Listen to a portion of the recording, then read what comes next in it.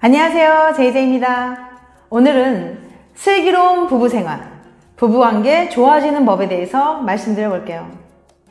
만나기만 해도 설레던 연애 시절, 알콩달콩 새살림을 시작한 신혼 시절이 지나고 결혼 생활은 안정기에 접어들었지만 이상하게도 서로에 대한 불만이 점점 쌓여갈 수 있어요. 부부관계가 좋지 않으면 서로 우울한 심리 상태가 되어서 사회생활이나 육아 등에도 악영향을 미치게 되므로 적극적인 자세로 극복해 나가야 합니다.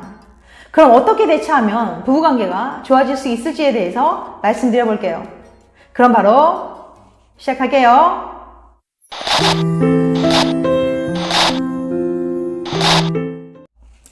슬기로운 부부생활, 부부관계 좋아지는 법. 부부관계를 회복하기 위해서 선행되어야 할 것은 두 사람 모두에게 원인이 있다는 사실을 인정하고 이를 개선하고자 하는 의지가 있어야 한다는 겁니다. 부부 문제는 한 사람만의 일방적인 노력으로 해결되긴 어려워요. 처음에는 어색하고 힘들겠지만 서로를 배려하고 함께 노력해 보시기 바랍니다. 그럼 부부관계가 좋아지려면 어떻게 해야 되는가? 첫 번째, 대화입니다. 부부관계가 다시 예전처럼 좋아지기 위해서는 가장 먼저 해야 할 것이 충분한 대화입니다. 생각보다 많은 부부들이 대화를 하지 않아요. 그냥 일상적으로 주고받는 말 이외에 자신의 속마음을 터놓고 진솔한 대화를 나누지 않습니다. 연애할 때는 전화기 붙잡고 몇 시간씩 이야기를 해도 무슨 할 말이 그렇게 많은지 끝나지 않았는데 말이에요. 많은 부부들이 서로에게 본인의 생각을 말하는 걸 매우 힘들어합니다. 상대방이 들을 생각이 없는데 말해서 못하냐고 생각하는 거예요. 이러다가 갈등의 골이 점점 깊어지게 되면 결국엔 돌이킬 수 없는 상황으로까지 악화될 수 있습니다. 그렇게 되기 전에 서로 대화를 통해서 문제를 해결하는 것이 좋은 부부관계를 만드는 지름길입니다. 그럼 어떤 식으로 대화를 나눠야 할까요? 잘못된 대화법은 오히려 부부관계를 악화시킬 수 있기 때문에 다음 3가지 규칙을 준수하면서 대화를 나눠보시기 바랍니다. 대화를 할 때 지켜야 할 규칙 3가지. 첫 번째, 명령어를 사용하지 않는다. 배우자에게 뭔가를 요구할 때는 명령어가 아니라 부탁하는 식으로 말해야 합니다. 같은 말이라도 너도 청소 좀 해. 나도 피곤하다고. 라는 명령어로 말하지 말고 내가 지금 너무 피곤하거든? 오늘 집안 청소는 자기가 좀 해주면 안 될까? 라는 식으로 부탁을 하거나 동의를 구하는 말투로 하는 것이 훨씬 더 효과적입니다. 명령은 아랫사람에게 사용하는 말투이기 때문에 명령조의 말을 들으면 상대방이 자기를 무시하는 듯한 느낌을 받을 수 있어요. 부부는 동등한 관계이고 서로 존중해줘야 합니다.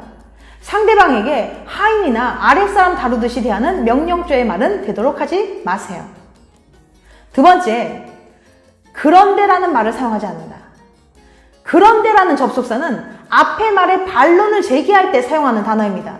즉, 상대방의 말을 부정하는 데 쓰이는 말이에요. 예를 들면, 그래, 그건 내가 잘못했어. 그런데 너도 그때 그렇게 했잖아. 라는 식으로 상대방의 말을 반박하면서 모든 문제의 탓을 상대방에게 전가시키려 하는 거예요. 이런 식으로 대화를 하게 되면 결국 말다툼으로 먼저 마음만 상하게 되기 때문입니다. 세 번째, 비교하는 말을 사용하지 않는다. 예를 들면, 결혼하면 누구나 다 그런 거야. 너만 그런 거 아니야? 나만 그럴 것 같아? 당신 치고는 그렇지 않았다잖아. 사람들은 누구나 남과 비교하는 말을 들으면 기분이 상합니다. 비교하는 것은 상대방이 나를 끊임없이 평가하고 있다는 느낌을 주기 때문이에요. 사랑하는 아내나 남편에게 계속 평가를 받아야 한다고 생각하면 얼마나 스트레스를 받겠습니까? 학교 다닐 때 중간고사나 기말고사 기간 많이 힘드셨죠? 그만큼 평가를 받는다는 건 그리 유쾌한 일이 아니에요. 평가를 받는다고 생각하면 늘 긴장하게 되기 때문에 신경이 날카로워집니다. 그래서 사소한 말로도 마음이 상하고 다투게 될 수 있어요. 다음, 부부관계 좋아지려면 두 번째, 친밀감 표현. 친밀감을 표현해야 돼요. 부부관계에서 친밀감의 욕구가 좌절되면 분노하고 공격적인 태도를 취하기도 합니다. 부부는 상대방과 함께 시간을 보내고 싶고 서로에게 소중하고 의미 있는 사람이 되길 바랍니다. 그런데 대화를 하려고 해도 피하고 늘 회사 일 때문에 바쁘다고 늦게 들어오면 아내는 서운해할 수 있어요. 이렇게 되면 서운한 감정이 계속 쌓여서 또 각방을 쓰게 되고, 그러다 보니까 점점 서먹해져서 결국 섹스도 하지 않는 경우가 많게 됩니다. 그래서 사랑하는 배우자가 그냥 가족 같은 느낌만 남게 되는 거예요.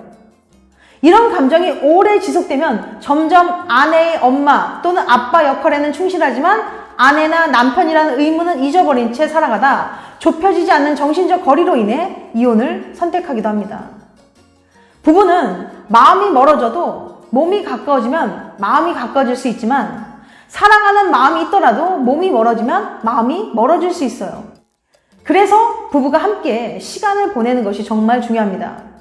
물론 신혼 때처럼 잠자리를 할 때 설레고 자극적이진 않겠지만 부부관계에 신선한 자극을 줘서 서로의 자신감과 흥미를 높여주는 것도 좋습니다. 그럼 부부간에 이렇게 속궁합을 좋게 하려면 어떻게 해야 될까요? 첫째로, 부부관계 속궁합을 높이기 위해서는 서로에 대한 배려와 대화가 중요합니다. 아직도 우리는 부부관계를 할 때 어떻게 하면 상대방의 기분을 좋게 할 수 있는지에 대해서 대화를 나누지 않습니다. 이것은 예전부터 받아온 보수적인 교육의 영향으로 성에 대해 금기시하는 경향이 아직도 남아있기 때문이에요.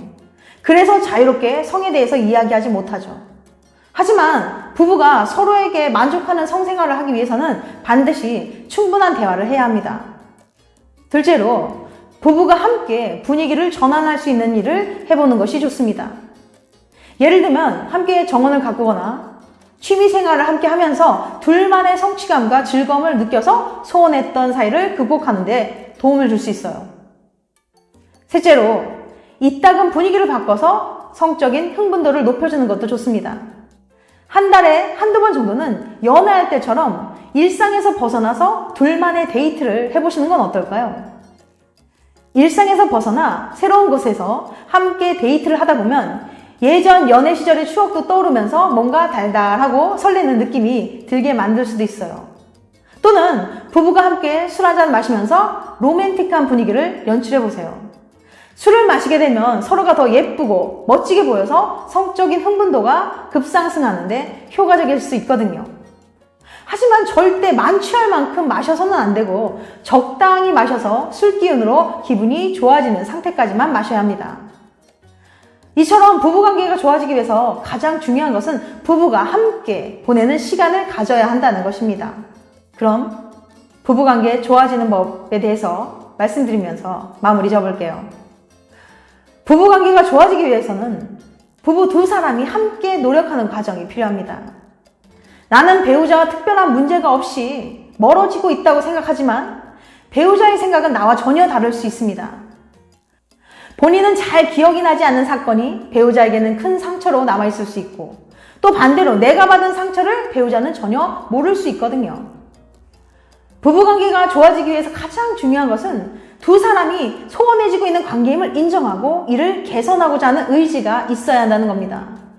서로 그동안 툭 터놓고 나누지 못했던 이야기를 해보고 속상했던 것, 미안하고 고마운 것을 이야기하면서 마음속의 응어리를 풀어버리고 온전히 두 사람의 문제를 객관적으로 바라보면서 서로를 이해하고 받아들이는 자세가 필요합니다. 처음에는 어색하고 힘들게 느껴질 수 있어요. 하지만 작은 노력이 화목한 가정을 만들 수 있답니다. 당신 옆에 있는 사람이 당신에게 가장 소중한 사람입니다. 이건 너무 당연한 말이지만 실상 우리는 그 소중한 사람에게 내 마음을 표현하지 못하고 있어요. 미안해, 고마워, 사랑해. 당신의 아내나 남편에게 이렇게 말해보세요.